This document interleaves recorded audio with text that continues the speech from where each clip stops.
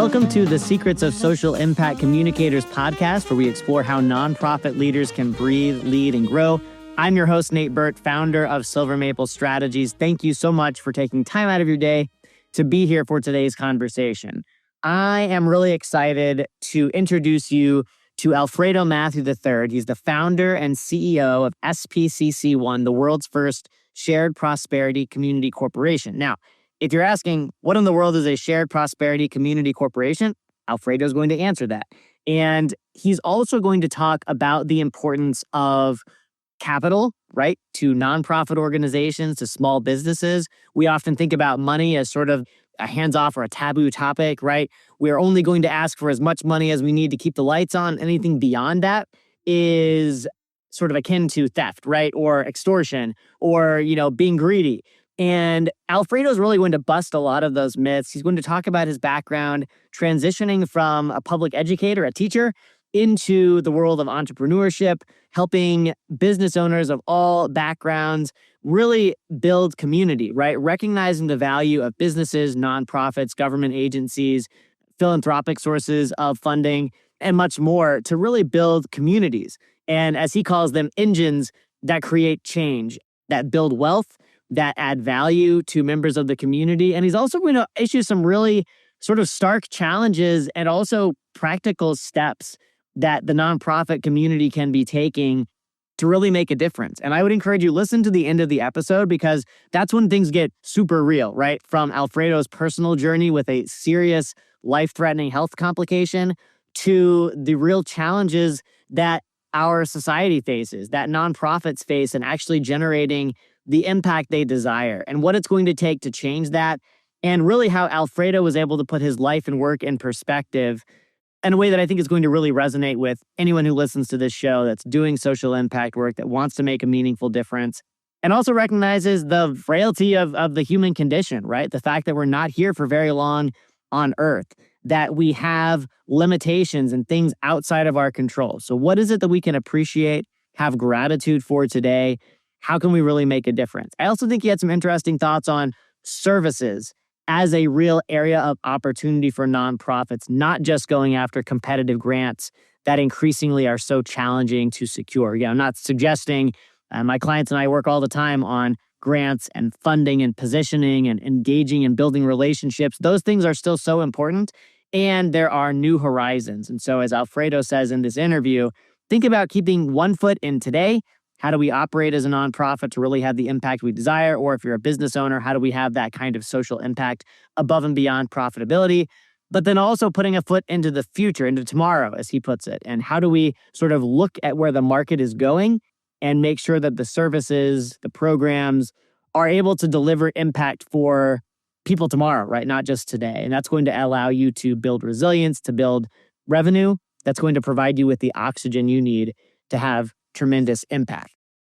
So as we get into that, this episode pairs really nicely with an article that I've included on my website, along with some recent webinars that you'll find on our Silver Maple Strategies YouTube channel around breakthroughs. So there's an article you'll find on breaking through bottlenecks, but there are also several sessions we've given on YouTube that I've led recently via our monthly webinar series. And again, all of this is completely free, but that are really going to help you sort of strategize about the operating systems you use. What's holding you back? What are the bottlenecks that are really challenging you from an operations standpoint, from a communication standpoint, from a fundraising, revenue building standpoint, and how to start breaking through those. And I think Alfredo really talks about a lot of myths that we have around money, around capital, around what it takes to have impact, and helps us start to identify some specific steps. And I hope those complementary, supplementary resources can help you do that as well.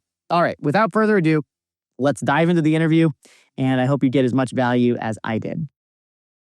All right, well, I am here with Alfredo Mathew III, founder and CEO of SPCC One, the world's first shared prosperity community corporation. And Alfredo, before we started recording, we were sort of trading our backgrounds and our mutual love of history, raising capital, helping organizations build their impact. And so I'm just so thrilled you're here. Thank you for taking time out of your schedule to join me and my audience.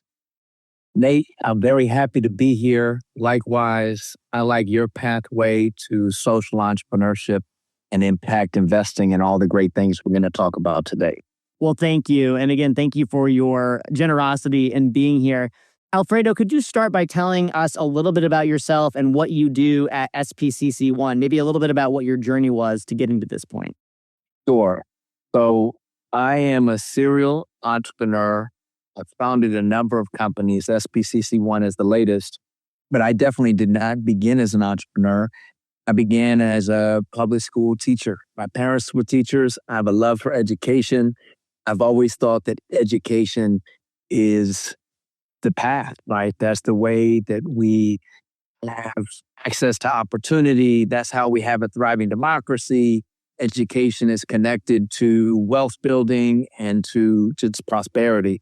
So I started as an educator and I'm still an educator, but I've definitely shifted. I've shifted from working with young people in New York City and California to working with adults who are business owners and are creating thriving businesses.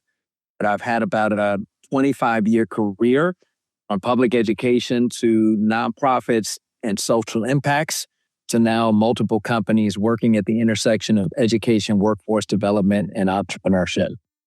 Amazing. And I love that public education background. My dad is at public school working on library issues and that kind of thing. And obviously, my wife and I are both products of the public school system. We got 4 kiddos going to public school. So I love the path that you've taken, Alfredo, from public education to where you are today with social entrepreneurship, building multiple organizations. When did you first know that purpose-driven work was something you wanted to be doing? And what excites you about doing that kind of work?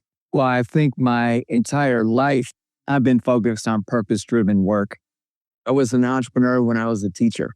I just did not have a P&L and I did not have a product or service outside of the roughly 100 kids I had every year. But I never taught the same thing twice. I leveraged the communities that I taught in from the South Bronx to Pasadena to East Oakland as my classrooms. And I was just constantly thinking about how to make real world connections between learning, what was happening in the world, and my students, all in just preparing them to own their futures. I got disillusioned, though, with public education after teaching for 14 years and doing other nonprofit work because I saw that systems were not changing. Right now, they are changing a lot because of AI and all of the cuts to public funding. So right now, there is like an entrepreneurial moment in public education. But when I was involved in public education, I was just a part of these giant bureaucracies that resisted change. And I was trying to be an entrepreneurial agent within these systems, and I could not do it. I just banged my head against the wall.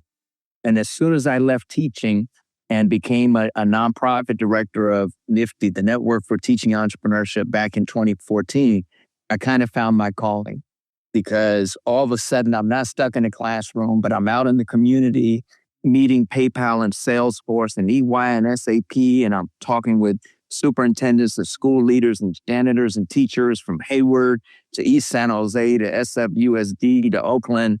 And I just started building relationships and partnerships. And I realized that's what I was meant to do. I love strategic partnerships. I love building relationships. I love looking at a giant chessboard and connecting the dots. And I feel that so many of the challenges that we're faced with today are because we have such siloed approaches. We think education is over here and healthcare is over here and small businesses are over here and the federal government is over here and Silicon Valley is over here. And really what we're living through today is a recognition that we're all in the same system. We're all connected and we're all interdependent.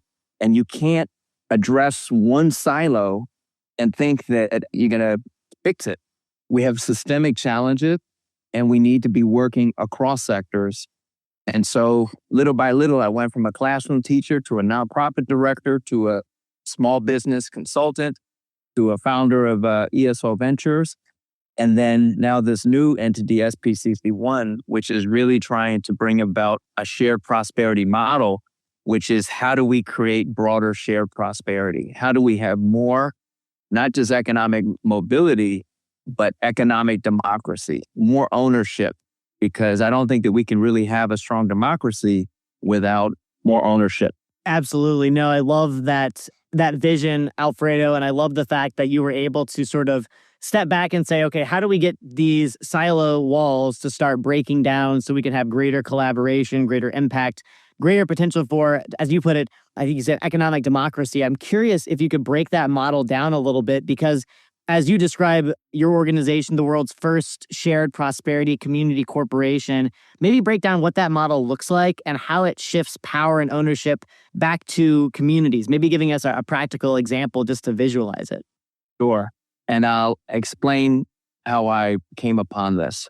So about 4.5 years ago, with a couple co-founders, we started ESO Ventures, which is an entrepreneurial support organization out of Oakland. We wrote legislation. We built partnerships with community colleges. We secured about $22 million in contracts to create an on-ramp to business ownership for Black and brown small businesses in Bay Area and into California. And we successfully, incubated 500 businesses. We have a $12 billion debt investment fund. We're putting money into these businesses. But what I realized is that small businesses are not able to compete against larger corporations, right? Maybe it's my naivete, right? Because I am not MBA trained. I'm coming at this as a community organizer who fell in love with capitalism and fell in love with entrepreneurship. And what I see it is the community is not organized. Small businesses are not organized. Small businesses, the business of one person, is trying to compete against large enterprises. And these solopreneurs, there are 26 million sole proprietors in the United States of America. The majority of businesses are businesses of one, and it's really just self-employment. It's really just one person running a business. Similar thing right in the nonprofit sector. The majority of nonprofits are small. They're not able to get large contracts. They're not able to access capital. So I saw how many small businesses are stuck at the beginning stage of business, and they're not able to grow to that scale where they can really be sustained and have an impact. And I also see the trend that we've basically been consolidating companies for the last 100 years. And so we have this trend of private capital coming in. There's this private equity roll-up model, which is like, let's take all the fragmented businesses and let's buy them up cheap. Let's put them together. This could be your local auto care shop or your local dry cleaner or whatever your local retail business is. We combine them in a larger structure. We create a backbone and we fire most of the staff. We increase the profitability, and then you're able to exit this larger structure and all the investors make a wonderful profit. The private equity roll-up model works. What the shared prosperity model is basically saying, let's take that same playbook, that same private equity playbook, but instead of extracting the value out of community, let's aggregate the community and let's sustainably grow the value of this combined group, this combined corporation. So what a community corporation is basically, we're looking at fragmented industry verticals, entrepreneurial support, AI and education, healthcare, whatever the vertical is. Can we identify businesses that want to aggregate, that are going to be consolidated into a larger company, go after contracts and capital as a group, and then find ways to eventually get into a place where you can do an employee stock option transition. Are you familiar with ESOPs?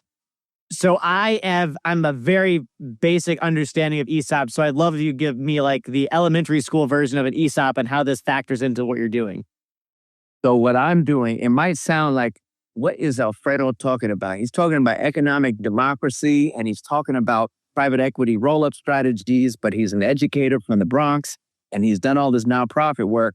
I thought that we often think that we're geniuses. Oh my God, I thought of something that, no one has ever thought of, right? If you're an entrepreneur or you're a founder, you think that you're really on the cutting edge. And I went down this path and I started exploring, hey, how do we consolidate businesses? How do we compete against larger enterprises as basically cooperative businesses?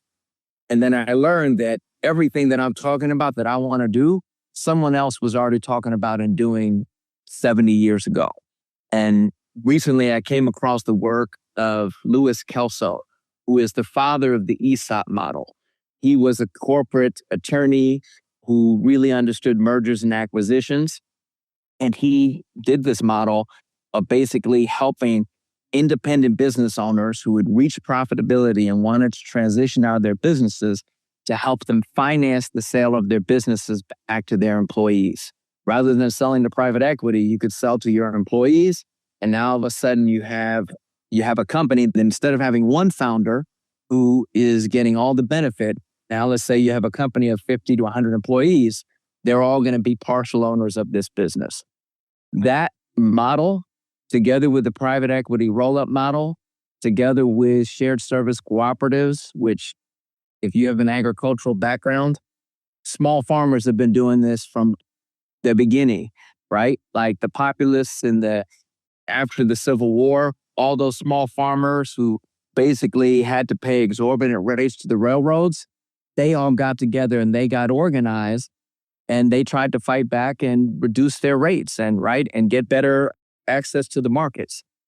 Just like farmers in the late 1800s, what Kelso was doing in the 1950s, 60s, and 70s, this is the moment we're in today where small businesses need to get organized, need to come together, and need to work to get better returns, better profitability, more access to the markets. That's so interesting, Alfredo. Thank you for helping me with the ESOP piece, but also just the bigger picture of how you're able to leverage these existing systems, strategies, et cetera, and bring it together to add value back to small businesses, to their communities, and beyond. It strikes me that what you're doing, as like you said, people ask and try to sort of connect the dots. Like you said, look at the chessboard and connect the dots is something that you love doing. In a similar way, it seems like in your role, you would really need to be identifying maybe barriers to understanding the model that you're setting up, or understanding maybe objections to how you're going about this, so that people can really understand the transformative potential for business owners, for the economy, for communities of what you're doing. So what are some of the biggest communications barriers you've encountered along the way at SPCC One in particular? And how are you overcoming those barriers? How do you turn on the light bulb for people to see what's possible? Fantastic question. The number one barrier that I am facing with as I'm starting to articulate this, as I'm talking to business owners, is business owners do not want to exit their businesses. And I'm going to explain what that is and why it's a barrier. Most business owners think that they are their business. And I think a lot of nonprofits do this too. If you found something, you invest so much energy and time into birthing this organization, into getting this organization off the ground, into establishing it. You think you are that business, you are that organization, and you do not want to let it go. And what I've experienced in my career and in my life, and what I feel like my work is, it is helping the founder, helping the nonprofit leader or the small business owner realize you are not your business. You had a life before this business and this organization, you're going to have a life after it. You do not want to put yourself in the center of your business and make everything run through you. A business does not have value until it can operate without the labor of the founder. Same thing for a nonprofit organization. Too many organizations are founder dependent, are small by design because someone puts themselves in the middle of it. The goal of creating a business and of having a child is for that child to grow up. You want the business to operate without you. You want it to have systems. You want it to have employees. You want it to have a guiding North Star, a vision and a mission that is not founder-centric. That's when you've actually created something that can endure. And my biggest challenge is helping small business owners understand that you do not want to own 100% of something small. You need to let go of what you're creating. You should own a small percentage of something much larger. The leadership is the lid, as John Maxwell, the leadership guru, says. Yes. And most small business leaders are small by design. And I'm trying to let them know you do not need to stay this small.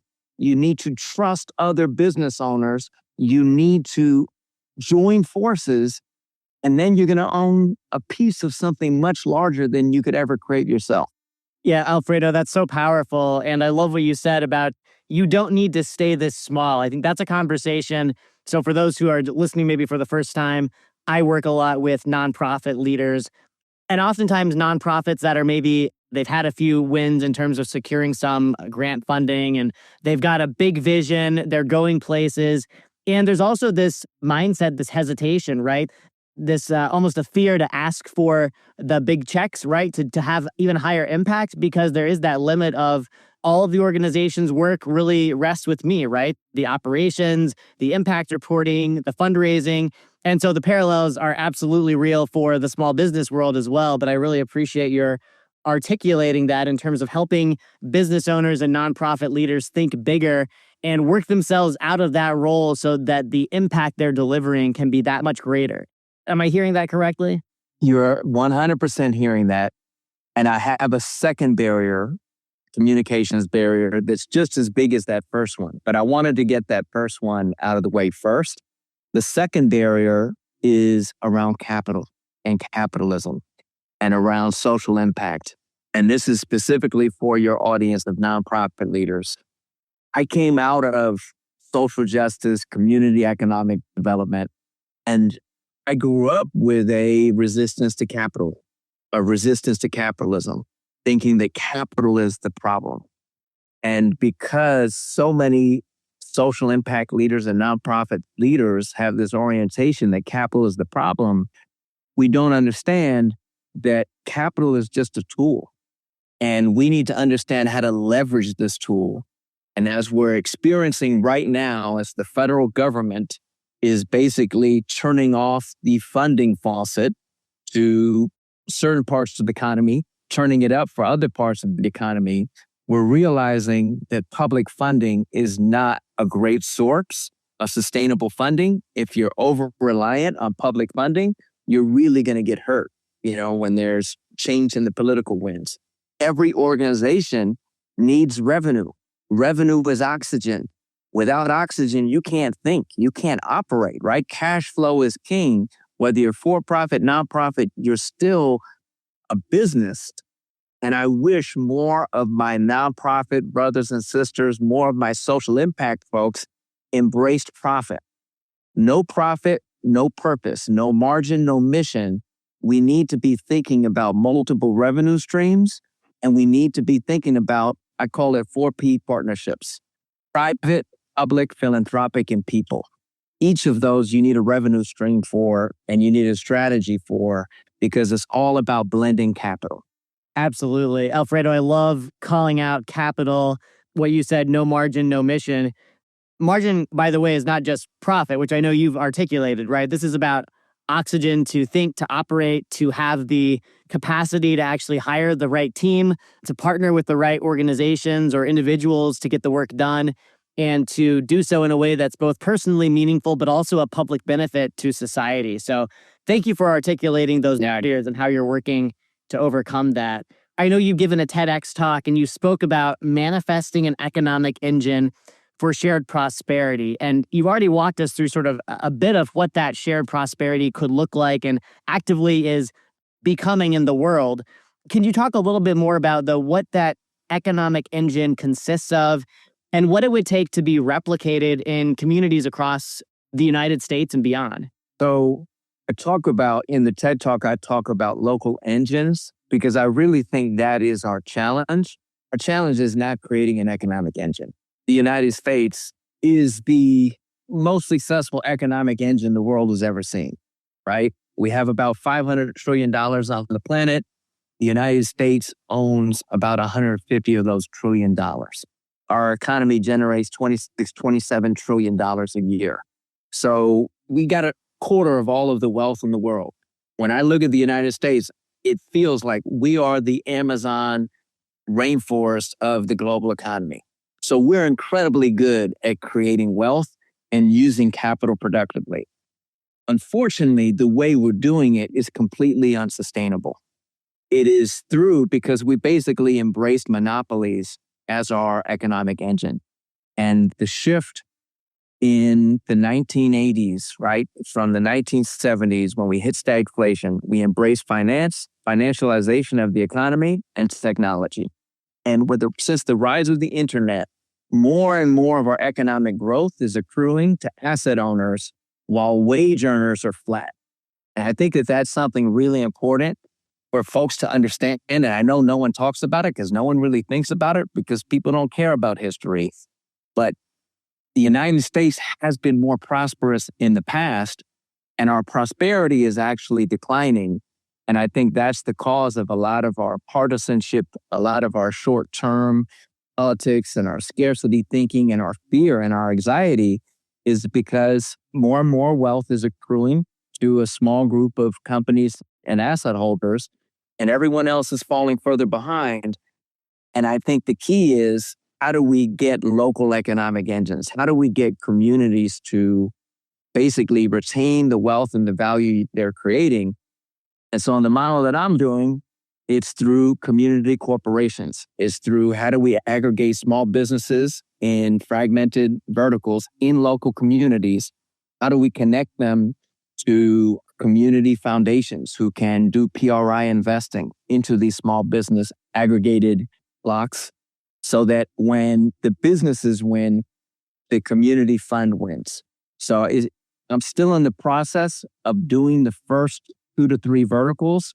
So I'm not able to basically share all the mechanics, but know that it's a group of companies.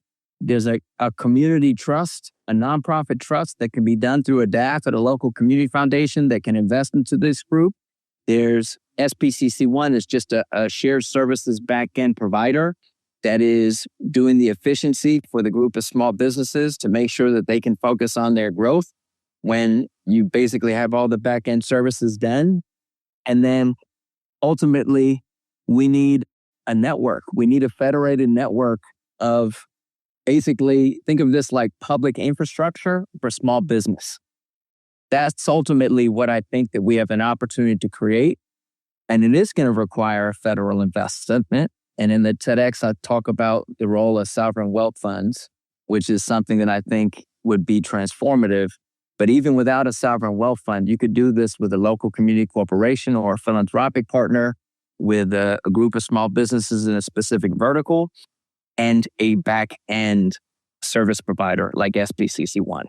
That's so interesting. Thank you for sharing that, Alfredo. And I know it's a little early for you to talk about the work that you're doing in these 2 to 3 verticals. Obviously, would love to have you back in the future to really understand the play-by-play of how this looks day to day in a community of business owners.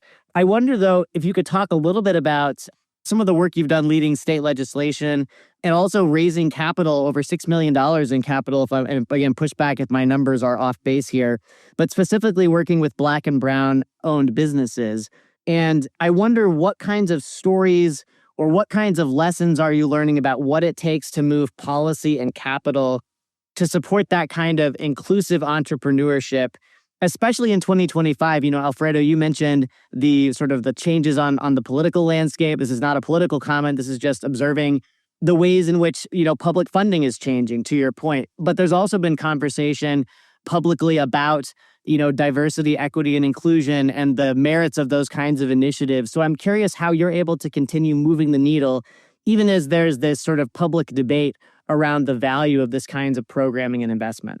Sure. Over the last, right, so I was a public school teacher, never raised any money. And then in 2014, I became a nonprofit director and I had to sell programs and I had to raise money. I've closed about $30 million in contracts over the last 11 years. Most of the funding I've gotten is public dollars and philanthropic. I actually have not closed real private capital. So that's what I'm excited to work on, is actually having the business case to close private capital. And I know how to do philanthropic and public dollars. And that is, you need something that works. You need something that saves money and has measurable impact. You need to be aligned with the zeitgeist of the moment. When we launched ESO Ventures in the fall of 2020, it was after the beginning of COVID and the racial reckoning. that started that spring. And I was given a $25,000 contract by a council member in Oakland and Merritt College in East Oakland to help activate the MacArthur Corridor. The first thing is I realized I could not do any of this by myself. Nothing that I'm doing, I'm trying to do alone. You should never build things alone.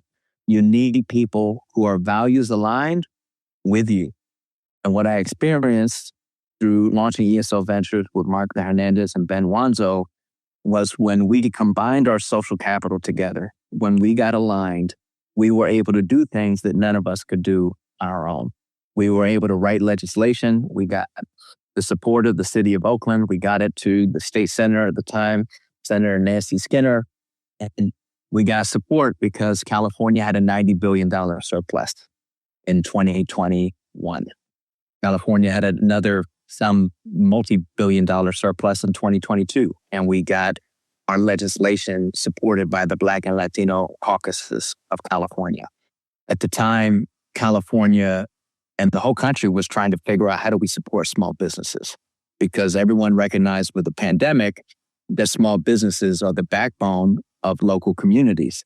And we really did a disservice to small businesses the way we handled the pandemic.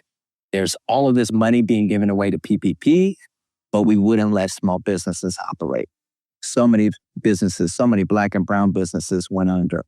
At the same time, from 2020 through 2024, an incredible surge of business ownership. I want to say the United States launched about 5 million new businesses a year over this time period because everyone wanted to pursue entrepreneurship. It was seen as like, hey, I don't want to do this dangerous job. I want to go out and I want to own my future. I want to create a business. I want to create wealth for my family. I want legacy. What I experienced, though, is I saw the floodgates open. And then in 2023, I saw them closing. There was the shift with DEI, and then there was the shift with interest rates. And basically, so many of the millions of small businesses who got started in 2020, 2021, 2022, and 2023, you're seeing the door closing. And I think with the tariffs and what we're experiencing right now, the ambiguity and the shifts, it is very, very difficult to be a small business owner, to predict the future, and to pay back the money that people borrowed when the interest rates were lower.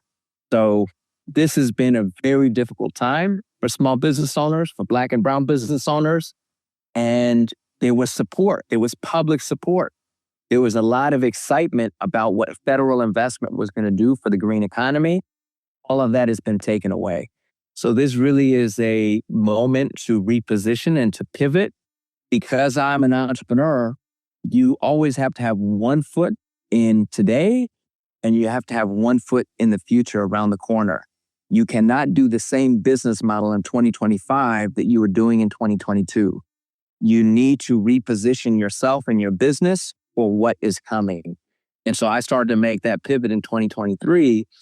And every organization and every business owner out there, you better be pivoting and repositioning yourself, because what worked 2 years ago, the funding streams that were there 2 years ago are not there today. So you need to rethink your business model, and you need to do it before you're forced to. And too many people are reactive and not proactive. Yeah, Alfredo, I really appreciate your observations of sort of macroeconomic trends and other trends that are really shaping the realities, often hard realities for Black and brown business owners and for others. I wonder, to maybe go off script for a minute, I'm curious, as an entrepreneur, you've been able to sort of effectively serve the market today and also pivot to where the market is going almost in parallel. For nonprofit leaders or small business owners who are listening to this, who are vested in social purpose, but seeing really the ground moving underneath their feet on some of these big issues you've identified, what advice or tips do you have to really put on that entrepreneur's hat and see where the market is going so that my organization isn't caught flat-footed in the winds of change? I mean, one important one is pay attention to your financials.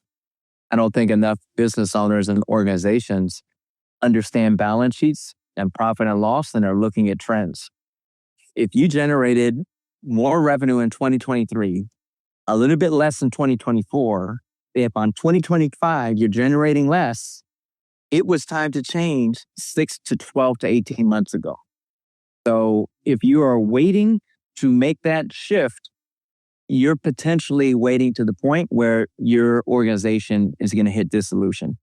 And I'm working with a number of organizations right now who have been in the red for the last 6 months, right? Their expenses are more than their revenue. They're taking on debt.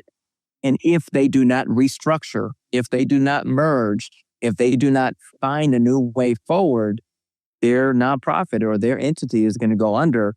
I think this is a time to really be thinking about, is there a merger or an acquisition? Do I need to be doing this the way that I've always done this? Or can I join forces with someone who has more financial stability? And can the mission and all the assets that I've built, the community trust that I built, can it be preserved under another entity?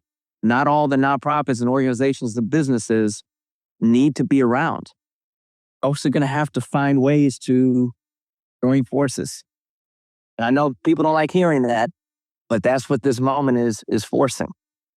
Sure. Well, Alfredo, I appreciate your candor and your willingness to share that. And I think you're right. This is an opportunity for creativity. It's an opportunity to ask some really hard questions and to make those decisions so that you are anticipating the future rather than being exclusively reactive, which is a really dangerous place to be. So I appreciate your raising that.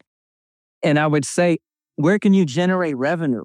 The federal government funding is not coming back, right? State funding is going to roll down. What the federal is not paying, like our state's going to cover Medicaid. As Medicaid is being shut down, they're going to have to shift resources from other things that they like to fund towards what they need to fund for the social safety net. We can't have millions of people without health care. States are going to have to make hard choices about their budget, and that's going to have effects on everyone else. So how do you generate revenue? Where's the business opportunities? Where's the market need? That's what you should be focused on, not spending time applying for very competitive grants that unless you have a relationship with, you're not likely to get. Really, really insightful, Alfredo. Thank you for sharing that. I love the focus on figuring out what the market needs and how your organization, whether you're a nonprofit or a small business, you can provide those services in a way that's, again, increasingly going to depend on those of us out here in the private sector to really make a difference. And it's a great opportunity and also just something to really think through. What's one question, Alfredo, that we should be asking about shared prosperity that very few people are asking out loud? What I said in my TED Talk, the question isn't, do you love your children? The real question is, do you love other people's children? Because it's easy to love what we create, to want to preserve our legacy. The truth is, we love our children and we love other people's children less. And that distinction is tearing us apart. I came up with that hook in early February when I knew I had to deliver this TED Talk on March 1st. I didn't know what I was going to talk about. And I ended up in bed making myself sick because of how I felt truly our country was falling apart. And it just made me so sad to see what was taking place and how powerless people felt. And it's this scarcity mentality where whatever you have is not enough and everyone is just looking out for themselves and their kids. I'm looking out for myself and my kids. I need to look out for myself and my kids. You have 4 kids. You have a responsibility to your own family. But what I know is I cannot look out for my family without also looking out for your family because we rely on each other. We're interdependent. You don't get to just take care of yourself and create a moat around yourself. We share an economy. We share a political system. We share highways. We share the internet. We need each other. And the United States needs every other country in the world. We're not alone. Right. And so the question is, do you love other people's children? Because if you do, act like it. Pay taxes, right? Invest in public infrastructure. Support local businesses. Take your retirement money and invest it into mission-aligned businesses. There's a million things you can do, but Don't think that you can just look out for yourself and everything's going to be okay, because it won't. Yeah, Alfredo, that's I love that framing of, do you love other people's children? It's a really powerful, hopefully we all say yes, but like you said, our actions often undercut that. And it's really an opportunity to say, how can we lead into that interdependence and build businesses, economies, communities that harness the strength that we have in numbers, in compatible skill sets, in capital to really build wealth and build impact. I think that's such a powerful vision and also very sobering because we too often don't take advantage of that and it costs us dearly. Agreed. You said it great. Alfredo, social impact communicators like yourself, obviously you were in bed struggling with the heartache that you were observing, struggling to figure out what exactly you would say. And obviously you were able to deliver your TED Talk. But I'm curious, as you look at your sources of inspiration, I suspect there are stories that have really moved you, changed your thinking, led to transformation. And I'm curious, within the last 12 months, we've seen a lot of changes. What's one story, whether it's in a book or a movie or something in your real lived experience, that's really profoundly shaped the way you think about your life and work? I mean, I'm not going to go 12 months. I'm going to go 3 years Okay. ago, because I'm influenced by the books that people, and I have amazing people around me. I love conversation and dialogue.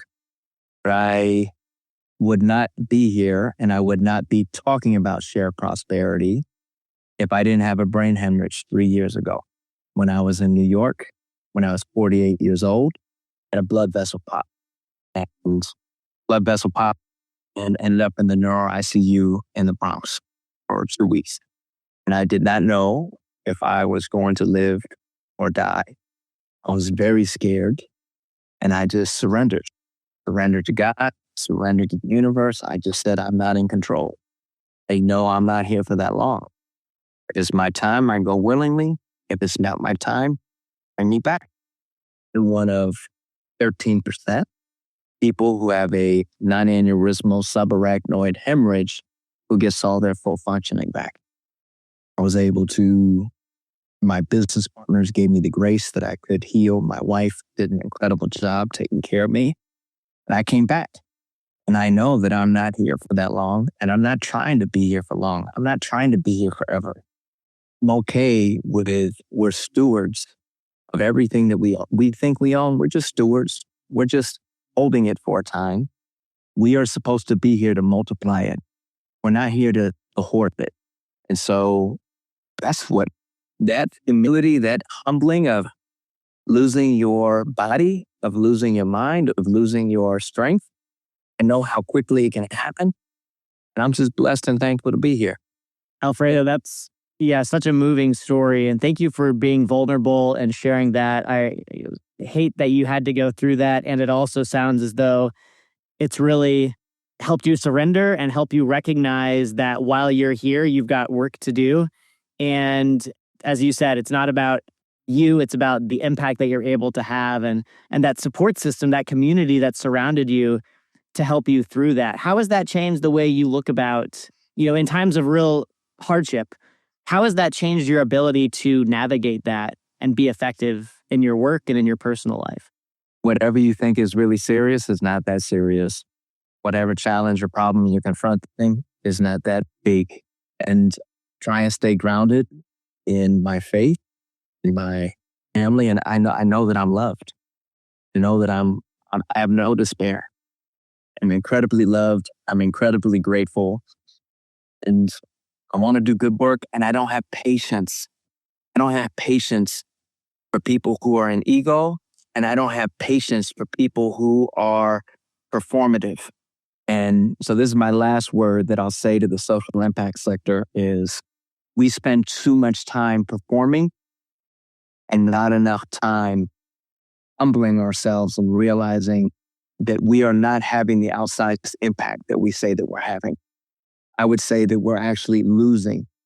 Like as a field, we are losing because we're disorganized and we can't get behind a vision. We don't have a narrative. We don't have a vision. We're disorganized and we're losing. We're losing the social safety net. We're losing economic prosperity. We're losing economic mobility. We're losing a lot of values. I think most of us share, but we don't know how to get organized around them. And so change, work with other people, listen to people, and talk to people who think differently than you do. Talk to people who have different political persuasions than you do, because I think that we actually have a lot in common. We actually can align around shared prosperity. I think we can. I love that, Alfredo. Both the sobering wake-up call that we're losing and that there are practical, actionable steps to be taken to get to know our neighbors, to collaborate more effectively, to have a shared vision.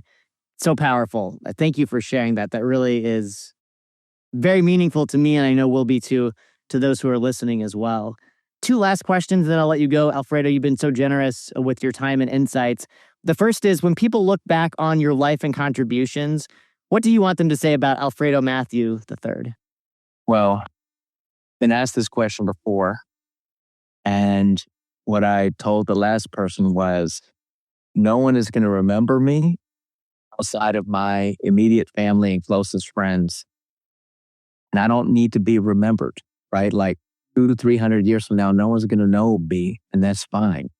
But I understand what the question is about. It's like, if you could distill your life down to something, what is the message or the thing? And the people who know me best and who love me will just say that he was a light in the world. And that's all I want to be. I just want to reflect the light that I know is in this world. And I am a teacher. If I learn something today, I can teach it tomorrow. And that's all I'm doing. I'm focusing on capital. I'm focusing on business ownership, and I'm focusing on corporate structure and wealth building, because that is where we're weakest. That's not what I care about the most. It's where I feel like we are weakest, and we need to understand wealth building. But that is not my legacy. I'm a teacher. My superpower is I can go into the darkest hole and I can find the light. That's all I want to do. I just want to be useful. I want to go into the darkness and find the light. I just want to leave the world better than I found it. Now I'm standing on the shoulders of other giants, and I expect other people to stand on my shoulders and continue to do work. Alfredo, that's beautiful. Go into the darkness and find the light and bring that out, and keep standing on the shoulders. Keep building the pyramid of people who are creating a legacy that is making a difference for people and making the world a brighter, richer place. That's wonderful. Alfredo, as we close our interview, I would love for you to share where people can go to find out more about you and SPCC One. So I have a personal website, alfredomathew.com, alfredomathew.com. No two T's, no S. You can get in touch with me there. LinkedIn is really the platform that I use the most. Social media, you can link in with me, Alfredo Mathew III. And I got an email, alfredo@spcc.one. Like, email me, find me on LinkedIn, check out my website, my business websites. You can see them all there. I'm around. Outstanding. Alfredo Mathew III is founder and CEO of SPCC One, the world's first shared prosperity community corporation. Alfredo, this conversation has been really meaningful to me personally, and you've shared just such tremendous wisdom and really encapsulated what's broken, how to start fixing it, and what you're doing to make the world a better place. Thank you so much for your generosity, and be well. Thank you for having me, Nate, and you be well, and everyone take good care. All right. Thanks so much. Goodbye, Alfredo. I want to say thank you to Alfredo Mathew III, founder and CEO of SPCC One. I learned so much from that conversation. I was so humbled. And I also think it's just a great reminder that the value that we bring is not in deliverables, is not in messages, is not in the funding that we secure. It's in who we are. It's in leaving our egos at the door. It's in valuing the community, our loved ones, the clients we get to serve every day. We get to serve. Notice we don't have to. We choose to, because it brings meaning to us, right? It helps us achieve the purpose, the why behind what we do. So thank you so much to Alfredo. That last story in particular was so it really hit my heartstrings, and I hope it did yours as well. And I would say if this episode got you thinking, just remember to lead like you live. Think about the fact that you are doing work that matters. It can be a struggle, but wow, what a difference you, your team, if you have one, can make for your clients and for the world. So with that, I won't add anything else beyond what Alfredo shared. I think he spoke volumes, and I hope you're able to take it to heart and also start putting into practice some of those key practical strategies he mentioned. Getting to know people that maybe are different from you or someone you've never talked to before, getting to know your neighbors, finding ways to add value to each other, to be complementary in our skill sets, our expertise, our passions. I'm Nate Burt. Thank you so much for listening today. And always remember to lead like you live. Until next time, take good care, everybody. Bye-bye.